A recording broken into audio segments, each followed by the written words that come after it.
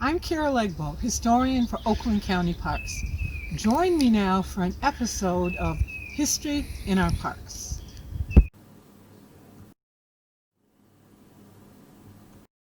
Once upon a time, there was a town, a Hollyoaks and Groveland Oaks County Park story. When I was researching the land that became Hollyoaks Park and Groveland Oaks Park, I noticed a town on the 1872 map I had never heard of. It was called Stony Run. It was located along the Saginaw Turnpike, which today, of course, is Dixie Highway. It was located in Holly Township, but it was right on the border of Groveland Township. It was also right on the border of Genesee County and Oakland County. It would have been located just northwest of our two parks on Dixie Highway. But when I went to look in that area, there was no evidence that a town had ever been there. I needed to find out more. I started with this book of maps. The book shows all the first landowners in each township in Oakland County. Now, Stony Run had been in section 1 of Holly Township. I took back to the 1872 map and I marked the little town, the extent of what it had been in 72. I superimposed that on the map of section 1 and the first landowners. And it turned out that the land that became Little Stony Run had once been owned by Thomas Irish, who had purchased the land in 1835. I went to the 1877 Oakland County history book, hoping to find Mr. Irish. And I found out that the first hotel in the township was built at Stony Run in 1834 by Smith Jenks and Thomas Irish, and in its day was well patronized. Wow, so Stony Run in Holly Township went back to 1834. But wait a minute, I said. Why would you need a hotel at that time? People were just coming in to purchase land for farms.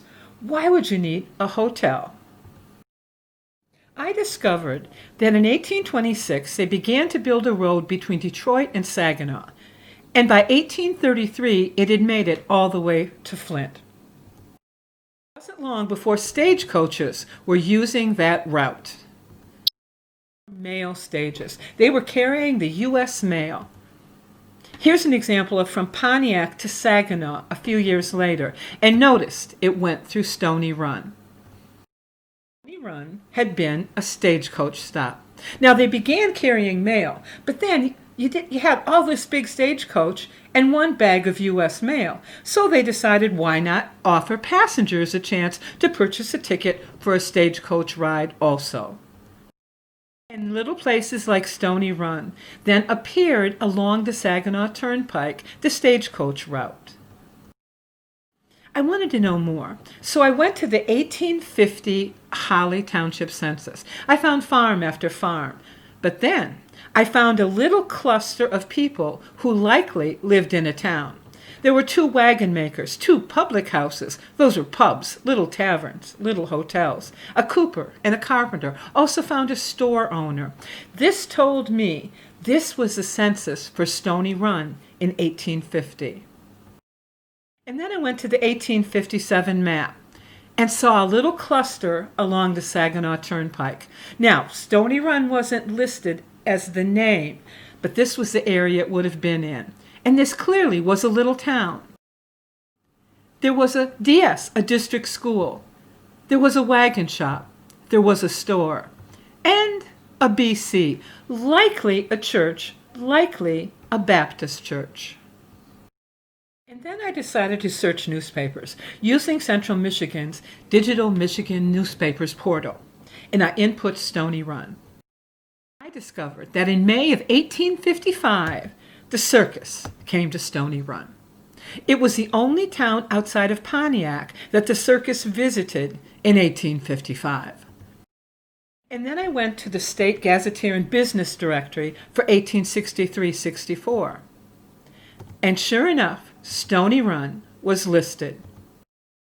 It gave me an example of the businesses at the time: a general store, a hotel, a blacksmith, a carpenter and a mason, a carriage maker, a physician, and a boot and shoemaker. Clearly, there was a little town there in the 1860s. But I went back. I wanted to know more. I needed a real person who had lived in Stony Run. I had names, I had businesses, but I went back. I found my person, Daniel F. Johnson, who for 40 years had lived in Stony Run. But wait a minute. It said he was living in Groveland Township. Now, that taught me an important lesson. When a community is right on the border, the history of the town is probably going to be in both townships that it connects with. And that would have been the case of Stony Run. Now, I took Holly Township, and then I took next door Groveland Township, and I located the very large farm of Daniel Johnson, who was considered a resident of Stony Run. And then I went back to the 1877 book looking for more about Mr. Johnson. And I located a lithograph showing himself, his wife, and their farm that was located just to the east of Stony Run. And then a bonus. It turns out that his son, Daniel Johnson Jr., had a farm right across the street, and I was able to see what that farm looked like. And then I located a photograph, always better than a lithograph. In this case, Daniel Jr., his wife Sarah, and their 3 sons. It appears by the late 1870s, Stony Run had begun to fade away.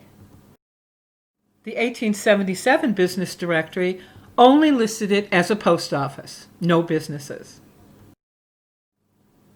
In 1879, the post office was even discontinued. And by 1896, it was no longer even on maps. But I found one last interesting reference.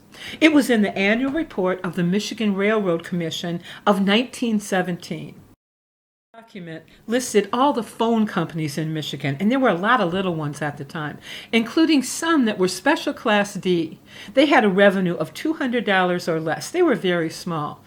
And it turns out that there was a Stony Run telephone company. What was left of the Stony Run community had its own telephone company.